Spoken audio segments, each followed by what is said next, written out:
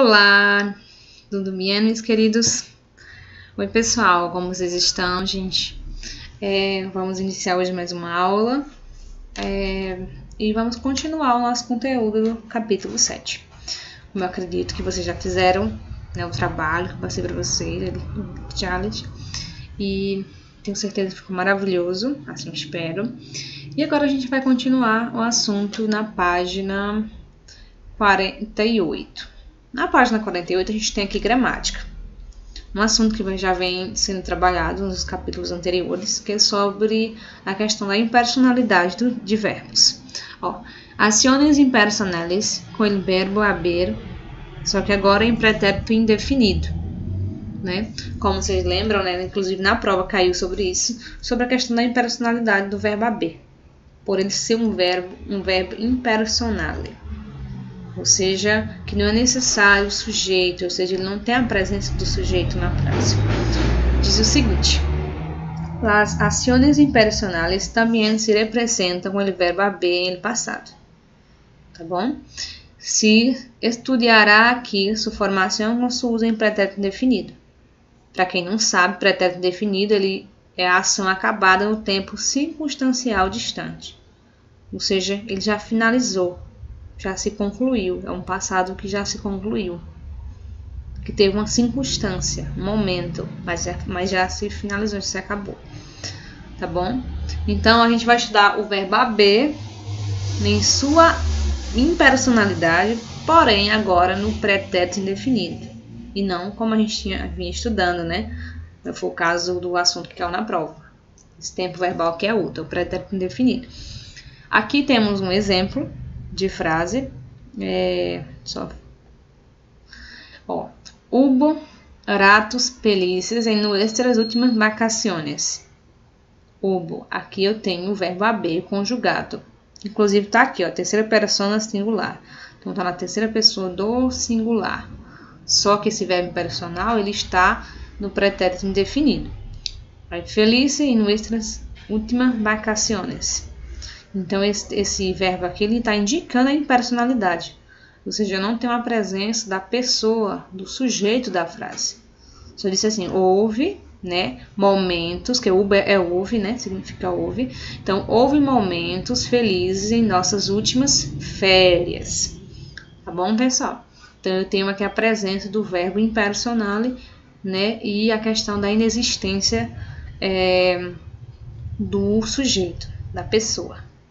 Continuando, para dichas ações, solo se usa o verbo haber em terceira persona singular, pero en la tabla adelante se lo encuentra conjugado em todas as personas para que vislumbre además a irregularidade deste verbo. Ou seja, vocês vão trabalhar nas frases, na prova, nas atividades, o verbo no impersonal, haber, com sua forma hubo, que significa, para falar, vocês ouvem, né? Que é sua forma impersonal. Porém, ele trouxe aqui essa tabela que vocês estão observando aqui, na qual eu tenho ele conjugado em todas as pessoas. Porém, eu não vou utilizar esse verbo conjugado em todas as pessoas, e sim apenas a terceira pessoa do singular. É o caso aqui, ó, tá em destaque. Então, eu tenho aqui pretérito indefinido, verbo haber, yo hube, tu vos hubiste, ele, ella, usted, hubo, que é o que a gente está utilizando. Nosotros ou nosotras hubimos, vosotros ou vosotras hubisteis, ellos, ellas ou ustedes hubieron. Então, eu tenho uma conjugação completa aqui em todas as 6 pessoas. Porém, o que nos interessa é aqui na terceira pessoa, que é onde eu trabalho a questão da irregularidade do verbo impersonal, ou seja, o verbo impessoal. O nome já diz, ele não necessita da pessoa. Aqui embaixo eu tenho, inclusive, a presença dele, né, nas frases. Passa as seguintes frases ao português. Vou ler só uma para que vocês vejam. Hubo uma alarma general a causa do acidente.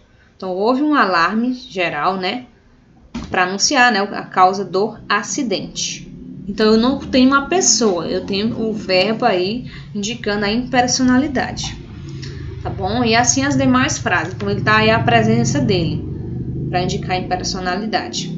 Tá, gente? vocês depois, inclusive, não esqueçam das atividades, essa página com certeza para fazer, certo? Aqui, gente, na página seguinte, após a atividade, eu tenho aqui uma interpretação de texto, né? Como vocês sabem, em todos os capítulos a gente vem trabalhando esses personagens.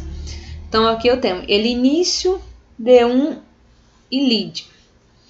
Ah, o que é ilídio? Não, idílio. O que é idílio, professora? Bom, isso é vocês que vão me responder. Esse texto, pessoal, ele é uma conversa, né? Momento que entre os dois amigos, Juan e Marcos, como você está observando aqui o nome dos personagens, e a temática é essa, o início de um idílio. Eu tenho aqui, inclusive, algumas palavras que eu gostaria de que fizesse parte da atividade de vocês e chamar a atenção para essas palavras no texto, que é idílio, por isso que eu não vou dar a tradução da temática. Eu quero que vocês procurem o significado dessa palavra, idílio, que é a temática aqui do texto. Outra, enhorabuena, que inclusive essa bem aqui, ó, primeirinha, tá bom? Outra, comidila, eu ainda não procurei aqui no texto, mas creio que não seja difícil vocês encontrarem. Comidila, escrito dessa maneira que eu estou falando. E a outra, novio, tá bom? Que aí tem também. Então, essas 4 palavras eu quero que vocês procurem o significado delas. Vocês ao ler o texto, ao ver o contexto, né, do texto, vocês conseguem identificar ou imaginar o significado dessas 4 palavras? Então, é importante que vocês leiam, analisem e que depois, em um outro momento, vocês busquem no dicionário o significado, caso não tenha conseguido. Tá bom, pessoal? Outra coisa que eu quero chamar a atenção para vocês bem aqui nessa atividade. Gramaticalmente, explica por que em la frase el próximo pasas a hablar com sus padres. Se utiliza o possessivo sus. Então, é isso que eu quero chamar a atenção de vocês. Por que ele utilizou sus? Sus dá a ideia de quê? De seus, né, pessoal? É um pronome possessivo. Então, esse sus, ele se refere a quem? Tá bom? Segunda, que se refere ao demonstrativo destacado, né, na frase.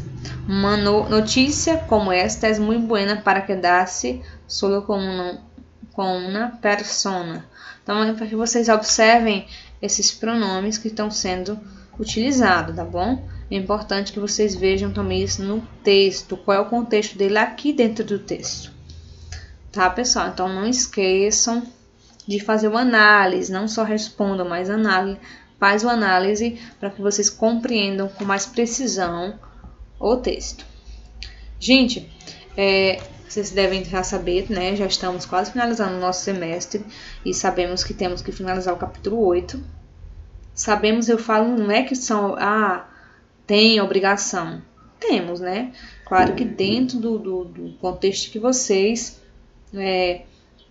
estão aprendendo. Então, como essa videoaula ainda dá tempo, eu quero só apenas iniciar o capítulo 8 e deixar para outro momento a gente continuar ele, né? Porque a ideia é que até o 8 esteja nessa última prova do semestre, tá bom? Então, vamos aqui o capítulo 8. Como vocês sabem, né? Sempre vem também com um textinho. O capítulo 8 tem como temática uma cita às ciegas. Outra coisa que eu quero que vocês procurem o significado para mim. Inclusive, ao responder a atividade, vocês façam essas anotações que eu pedi e mandem também, para me ver que vocês realmente foram atrás do que eu pedi. Aí eu tenho aqui o texto. La gratitude, uma virtude inbarolable. Que isso, tia? Enfim, né? Então, aqui eu tenho uma gratidão, uma virtude impagável. Tá? Então, eu quero que vocês vejam esse texto falando sobre essa questão da gratidão. Por que a gratidão é algo que impagável? Que dinheiro nenhum paga a gratidão, né? Então, eu quero que vocês leiam e vejam e também realizem a atividade referente a ele, que vai aqui até a questão 5, página 51. Então, as atividades são essas que eu falei, tá, pessoal? Façam. E depois a gente vai ter uma outra aula para finalizar o 8, certo? Pois uma ótima semana para vocês, ótima aula. Hasta luego, um abraço. Quedam com Deus, ok?